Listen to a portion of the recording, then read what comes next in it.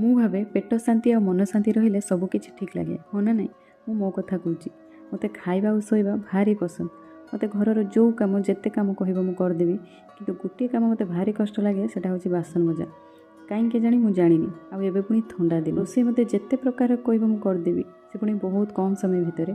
କିନ୍ତୁ ସବୁ ଜିନିଷ ପୁଣି ଆଭେଲେବୁଲ୍ ଥିବା ଦରକାର ନା ନାହିଁ। ଖାଲି ଏଇଟା ଖାଇବାକୁ ଇଚ୍ଛା ହେଉଛି, ସେଇଟା ଖାଇବାକୁ ମନ ହେଉଛି କହିଲେ କେମିତି ହେବ, ହଁ ନା ନାହିଁ? ଯାହା କରିବ ଗୋଟେ ପୁରା ପ୍ରପର୍ ୱେରେ କଲେ ଭଲ ଲାଗେ। ହଁ, କ'ଣ କହୁଥିଲି, ବାସନ ମଜା। ମୁଁ ସେଥିପାଇଁ ଦିନ ଯାକର ପୁରା ରଖିଦିଏ, ରାତିରେ ହିଁ ଥରେ ମାଜେ। ଆଉ ପ୍ଲାଷ୍ଟିକ୍ରେ ତ ବିଲକୁଲ ବି ଖାଇବା କଥା ନୁହଁ, କିନ୍ତୁ ମୁଁ ବେଳେବେଳେ ୟୁଜ୍ କରେ।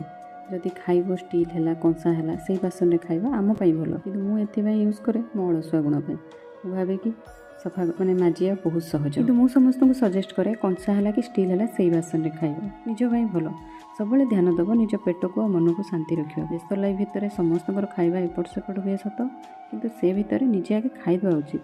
ନିଜେ ଖାଇଲେ ସିନା ଏନର୍ଜି ଆସିଲେ ସିନା, କି ଦେହ ଭଲ ରହିଲେ ସିନା ବାକି କ'ଣ ଭାବିବ କି ଫ୍ୟୁଚରରେ କ'ଣ କରିବ। ଆଉ ରହିଲା ମନ ଶାନ୍ତି କଥା, ଯେତେ ପାରିବ ସମସ୍ତଙ୍କୁ ଇଗ୍ନୋର କରିବ ଆଉ ଶୋଇବ।